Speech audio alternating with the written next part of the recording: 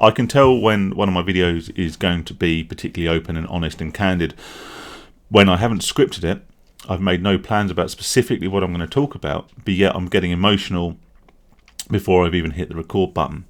Hopefully this means this video will have some significant impact. If you are experiencing problems relating to gambling, then hopefully my experiences will help, at least let you feel that you're not alone, and maybe that there is a different and more productive and brighter path for your future.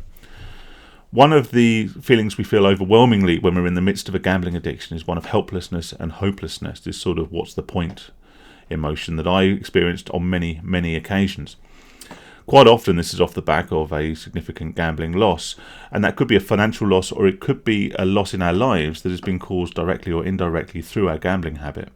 It may be that we've broken up from an emotional relationship, a romantic relationship with a partner. It might be that we've lost contact with friends or family. It may be that we've lost a job, our home's at risk of repossession. All of these things which can be directly caused as a result of our gambling addictions.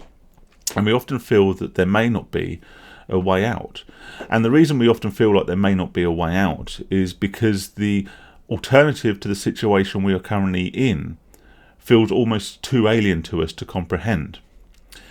When I was at the worst points of my gambling addiction, I felt in many cases quite resolute. I felt that this was the lot I had in my life. This was all my life was destined to be, a sort of a what's the point mentality. I convinced myself that I was nihilistic. I convinced myself that I didn't really believe in anything positive about the experience of life. I wouldn't go as far as to say that I at any point contemplated self-harm or suicide, but certainly I got to the point where I didn't really care that much if I lived or died.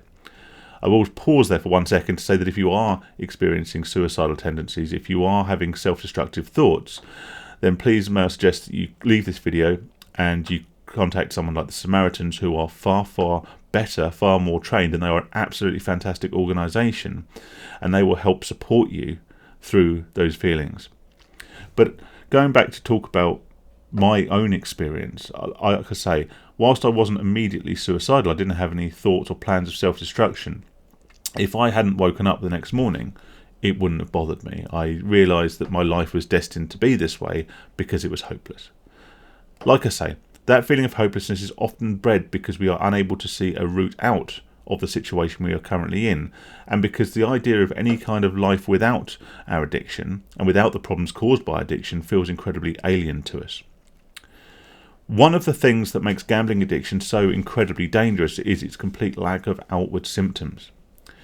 With the exception of those closest to us, it's likely that most people in our life will not have realised the extent of the problem we're experiencing with gambling. At the very most, some people may have thought, that Phil gambles a bit too much, or he's always on the fruit machines.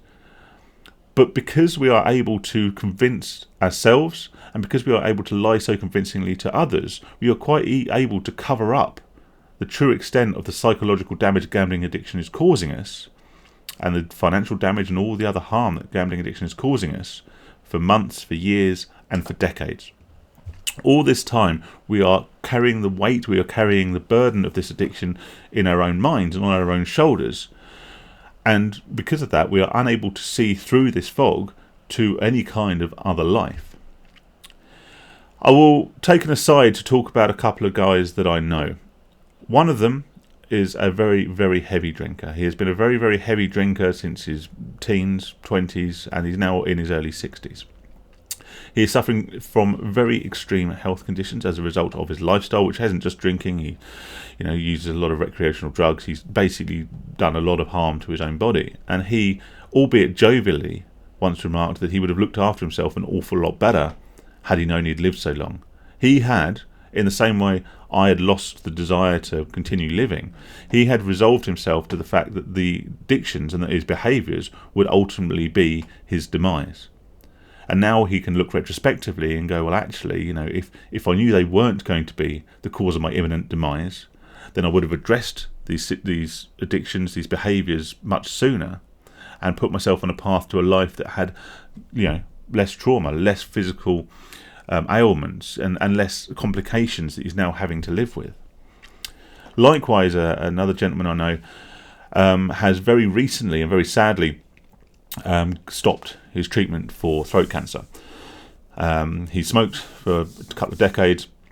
He developed throat cancer, and he has now made the decision that he no longer wants to go ahead with the treatment. The treatment is, not being as successful as it was initially hoped, and it's making him incredibly unwell, incredibly unhappy, and he has now resolved that is the thing that's going to kill him.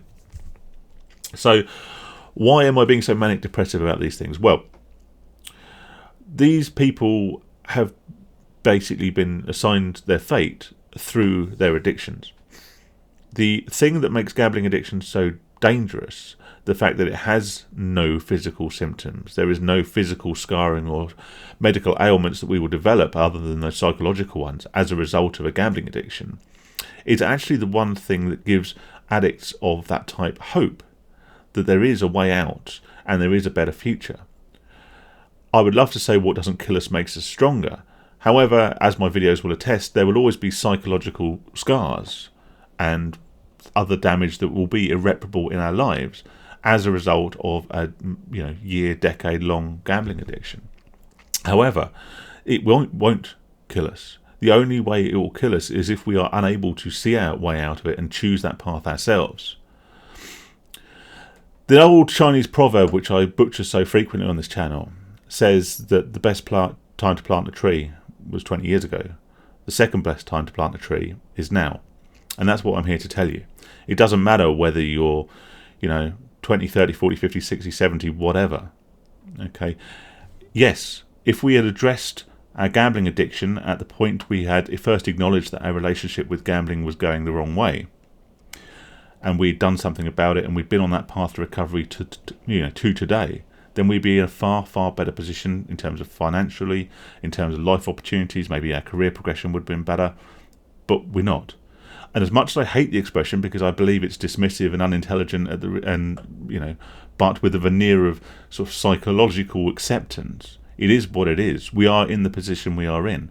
But unlike the two gentlemen I referred to earlier, the only scars we are carrying are psychological, financial, and maybe in terms of other facets of our life, which we can possibly in time get back.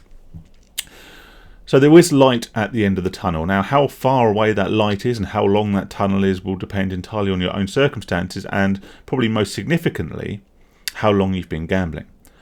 I spoke a while ago about going to the gym and how it's unreasonable to expect that, having spent years and years in the pub drinking too much beer, eating kebabs, that I could go to the gym half a dozen times and have the body back that I had when I was 20. But regardless of how long it is that you've been creating this life for yourself, there is a way out, and every day can be a step closer to that light, and it's not a destination. Every day that we don't gamble can yield more positives. It's not going to fix itself overnight, and if we treat recovery like a destination, then we won't see, and I don't think we'll ever arrive, because there'll always be some things in the back of our heads that we cannot change. But, as I say, the thing that makes gambling addiction so dangerous is the very reason we can address it. It won't physically kill us. It will only kill us if we choose that route ourselves. And there will, as I say, be a link to the Samaritans in the description below. So if you're feeling helpless, maybe because you can't see a way out of your financial situation, then do something. Do something small to start to rectify that situation. Contact one of your creditors, set up a payment arrangement that you can afford. Block your credit cards. Contact your credit card companies to say you need some breathing space, 60 days, 90 days, whatever. Get some help and debt advice. Get things start putting things in place which ultimately will take you one small step at a time towards an escape from this currently seemingly overwhelming and inescapable situation that you're in. I think I'll leave it there. It's going to be the second time I've used a cliche in a video, in two videos, but it is one day at a time. But like I say, don't treat that one day at a time like one day towards a destination at a time. Treat it as one day where you can do something, however small, to put yourself on the path and get yourself out of the hole that you have dug for yourself.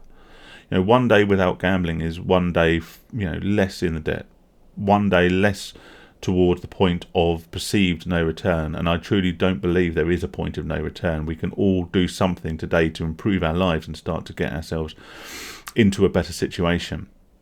I hope that makes sense. Sorry, it's a bit of a down emotional one, but if you are in that feeling I had where you don't care whether you live or die, when you feel like you just want to just not wake up tomorrow, then just know that you can do something today which tomorrow you will be proud of. Take care, stay safe and sane. Oh, for the self-promotion, Patreon link in the description below, like, subscribe and do all that sort of stuff. It doesn't seem very apt. Take care.